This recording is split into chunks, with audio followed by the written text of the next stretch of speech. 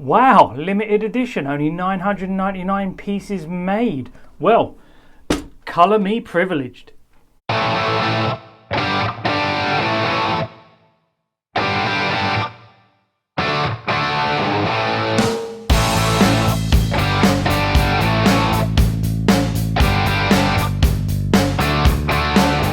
Hi guys, Billy back, and this time we're looking at the team of prototyping 1/6 scale battle damaged Captain America figure, the limited edition version as it says on the box. Only 999 of these have been made. I don't believe that for a second. They'll make as many as they feel they need to. But you can see on the front of the box it's got sort of like a nice Photoshop design of Captain America. It's got a picture of the figure there. Again, well done, you're not lying. It does actually have a photo of the figure and they haven't modified it or anything to make it look better. He still looks really stupid with that long neck. The print's okay, the design is quite nice on the back there, but the photo there is a bit naff. He's also got his battle damage shield there. On the side, again sort of like a stellar background instead of the exploding car, with Captain America nicely finely printed down here, which actually looks a bit graphic designy down on the bottom left hand corner there. On the back we've got a picture of the figure again, limited edition 999. Lots of cautions, I could read most of that and none of it would make any sense. Captain America on the side, again the figure, name up the top, nothing on the bottom. And then when we pull this open from the back we get a picture of the figure. Just very much, this is very much like the actual original version, except for they've swapped the background for like an interstellar background and the photos of the original for photos of the battle damaged. And normally on the inside you get a plastic bag with all the figure in. I've already taken it out. I am high as a kite from the fumes because that chemical smell is woo! I'm completely off my tits. Okay, that's the box. Let's just get this out of the way. Let's get on with the review. And here he is straight out of the box, no messing about. I haven't doctored anything on it. I've just literally pulled it all out, thrown it on the shelf, and we can see that this is the actual figure here, and it's very battle damaged and very worn. He also comes with a shield that has also been resculpted and redesigned. He also comes with a little sort of KO Mjolnir, which is not looking too bad at the moment, not too bad at all. And he also comes with the proprietary base that they've produced, and honestly it's the same as all the Crazy Toys stuff.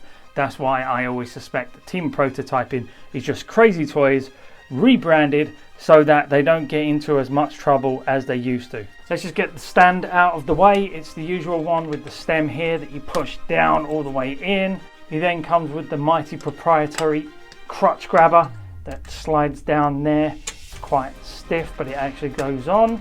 And then he comes with the clamp. Still looks very cheap, very flimsy. It's got the Team Prototyping logo on the bottom here. It's the same sort of Age of Ultron style base that we get as like with most figures nowadays, especially the KOs. Next up we've got Mjolnir. Ooh, this isn't that bad an accessory. Look at the details. I think this is just a straight up recast from the Hot Toys version possibly. Who knows? Got all the writing up the top, which is pretty good. Got all the detail in the side of the hammer there, and they've weathered the handle a little bit. He's even got all the little Celtic design in the bottom of the handle there, and it even comes with a little leather strap. They've even resculpted the shield, and you can see they've put in all this battle damage, smoke damage, scratches, tears, and you can see the sort of workings of the shield underneath. I'm not entirely sure if that's movie accurate or not. I really don't know. But they've even painted in some gold bits here.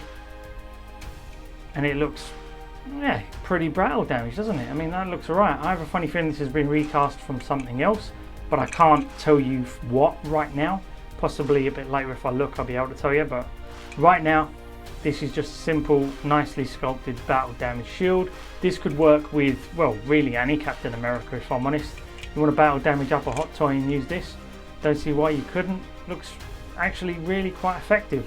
There is mud and dirt splodging all the way around. The red is looking a little faded in places, but nothing too dramatic. And again, lots of silver dry brushing to make it look really battle damaged. That's not the worst KO shield I've ever seen. So yeah, they get points for that. You can see it's all weathered around the back here with the dirt. And these are magnets that stick to the arm. We'll test the arm in a little while. And now here is the figure, and the figure is pretty much the exact same as the original except for repainted parts. The neck is still massively long, the head is still too tiny, the upper armor area has been repainted so that it looks with the little red stripes in there with a silver star as well. But it looks pretty good, and they've also put in some mud and dirt in there to make it look more weathered, especially around the back. You can see there's more mud and dirt all the way around the back here, all this flecking. The shoulder armor, again, weathered, dirtied up with the usual A there. And is it reversed on the other? Yep, it's still got that horrible reversed A on the other side. And now into the fabric undersuit, and you can see, yeah, they've really put some mud and dirt in there. Ah, it's filthy. It looks superbly for dirty as well, you know, like it works for the figure. And then they've repainted the gauntlets to a brown rather than a dark red. They've repainted this with the brown straps over the top here with a lighter brown pouch. And you can see they've really dirtied up the trousers and put mud all over them. And these are darker trousers than the original, as well as muddied up the knee pads and put some paint brown flecking in there. And then they've repainted the boots to a brown rather than a dark red as well. Articulation is the same. The head goes all the way back, goes quite far forward except for the chin can't touch because the neck is too long. Lots of left and right pivot. The whole thing is really well articulated. It just looks really stupid on the figure. The arms go up to shoulder length. They can go all the way out, and in fact all the way up as well. There is a double bend in the arms. There is a bicep swivel. The hands are on wrist pegs, except for the restriction is because this gauntlet's there, so it doesn't move around too much, but they do spin around quite nicely. Torso bends really far forward, really far back. The legs go out to about there. There is a thigh swivel. The legs go up to about there. There is a double bend in the knees, so you get more than 90 degrees. And there is a reasonable amount of ankle pivot. So he's not that bad to pose, if I'm honest. And I have previously stated that this is a TTM20 KO body, which is like the Hot Toys Terminator body. It is a very, very bulky Captain America. Way too bulky. He's definitely more suited to the comic book style because of just how chunky it is. It doesn't suit the movie Captain America at all. But because they had actually sculpted the chest pieces and the shoulder armor and recast the head sculpt, they figured they'd go all out, swap the trousers out for a darker blue trouser, really weather up that undersuit, and then paint the boots brown and the forearm gauntlets brown, just like in the movie. However, as movie accurate as they've tried to be, it's still a naff KO, and it doesn't fully work, and it probably won't fit in with the other Hot Toys figures. Okay, and it's the exact same with the magnets as it was with the original. The shield can fit onto the back of the figure quite nicely. However, when you try and put them on the forearms, the magnets are fairly weak and they barely stay on. What you're probably going to have to do is warm the hand up, because those hands are very stiff, to put onto the actual grip of the shield there, rather than solely relying on the magnet sticking to the arm. And here he is just posing with the shield and Mjolnir, and obviously the hands were not designed to grip the hammer, so you can sort of gently put it in there, but it's, you know, it's a little loose, but however, that's just the way it's got to be. They were never designed to grip the hammer anyway. And it's like I said before, I would have much preferred if they'd given us some extra hands. That way, you know, you can pose him in different ways. Honestly, this is a lot better than I expected it to be. Yeah, the head is awful, the neck is rubbish, but the rest of it isn't so bad. Now, where they've damaged the shield here looks really nice. Again, it could be a recast. I don't know where from, I can't tell, but it's still nice, and it's actually quite a nice accessory to have. Mjolnir, it's always nice to have a hammer in the collection. And also the battle damage and weathering on the suit itself is really, really good. And honestly, on the shelf, once you've modified that head down so that it can get further on the neck, it's not going to look too bad. Okay, just to try and fix the head sculpt, we have in actual fact taken the neck port out, and you can see that's what it looks like on the inside. You're going to have to warm this up with a hairdryer a few times and use like a tiny sort of precision screwdriver or something flat and hard to try and pry this out, because it is glued in there a little bit. But the glue comes away fairly easily once it's warmed up a few times. It would slot in like that normally. However, we're going to take this out and we're going to Dremel out this top bit here so that the neck port can go in further. Okay, just looking down, we can see I've stripped the body completely. These bits come off pretty easily. You just warm them up and pulled it apart, and these come apart at the sides here.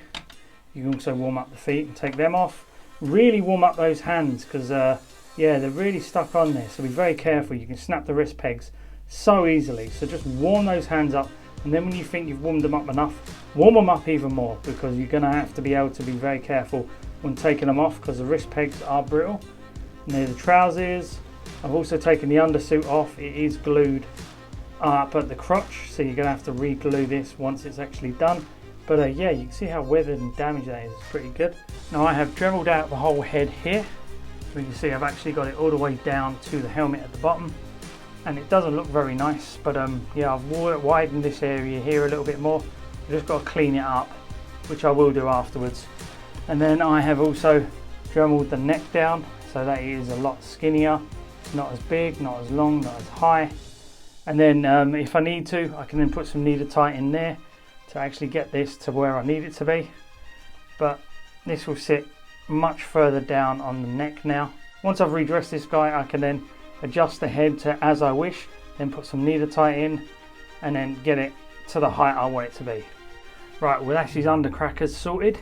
So let's get this guy suited and booted for the occasion. And we're just putting this armour back onto the body, and we can see the tabs down here.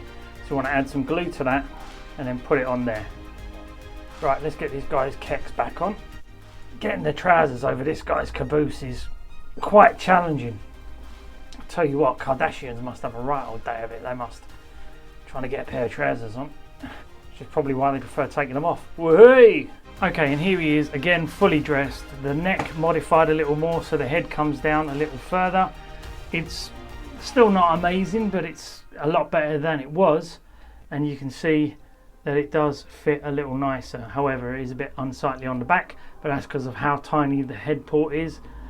But overall, yeah, it's definitely a bit more movie accurate than the original one. However, I would like to show you the original one, but as you already know or don't know, I've already modified it.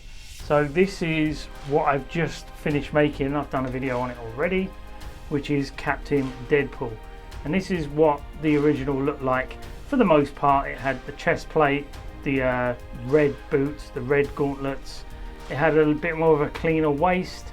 The belt didn't have the belt was a little darker, but it also had the same colour straps as the rest of the pouches.